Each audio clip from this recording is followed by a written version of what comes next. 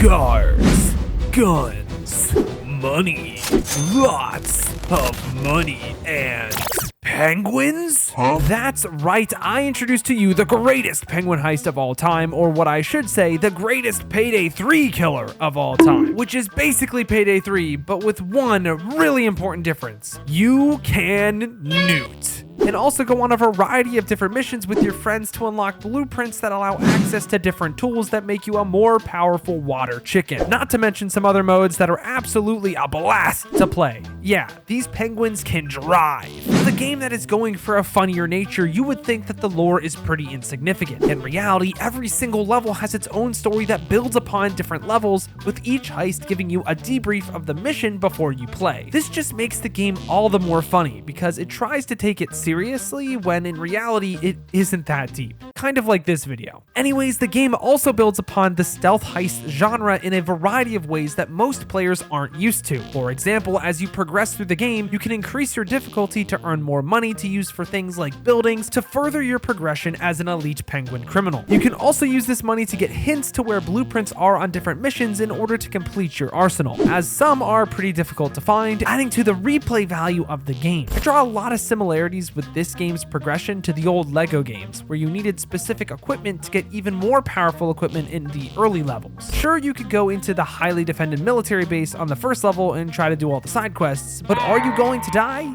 Oh, most definitely. It isn't until you unlock more powerful equipment that this option becomes reasonably feasible. As from the gameplay ideas, however, it is important to address that this game is not fluid and there are a lot of bugs. But to be honest, games like these aren't meant to be fluid, and that is all part of the fun. It isn't meant to be the best game of all time, and it is more enjoyable that way. Not to mention there is a way to reset your character without dying and having to run all the way back to where you were. This makes the game so much more enjoyable and almost encourages you to break the game in dumb ways, which I find really funny. There's one glaring problem though, aside from the game not having the most serious development of all time. It is really hard to play solo, both in terms of enjoyment, but also in terms of difficulty. Now maybe I just suck at stealth games because they freak me out when I play alone, but that's besides the big point here. Games like these require friends to have enjoyment, because laughing at a game being stupid kind of just gets sad after a while. Like, it wasn't long playing Goat Simulator as a kid before I started reflecting on my own life choices. When playing alone, a goat ramming its head into cars gets a little old after a while. Now, when you play with your friends and they are the ones ramming their heads into cars, now that is funny. Not to mention that there are more opportunities for witty one-liners and memorable moments that build friendships that way, instead of just beating the guard over the head with a baguette for the 10th time in that mission.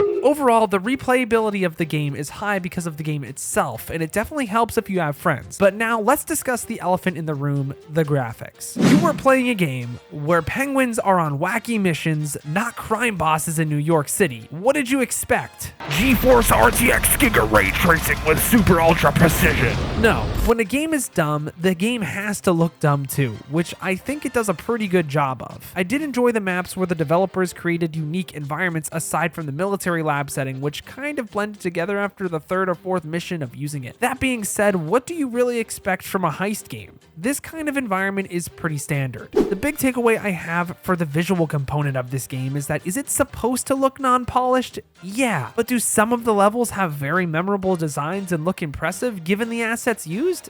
Absolutely. But now let's talk about the audio design.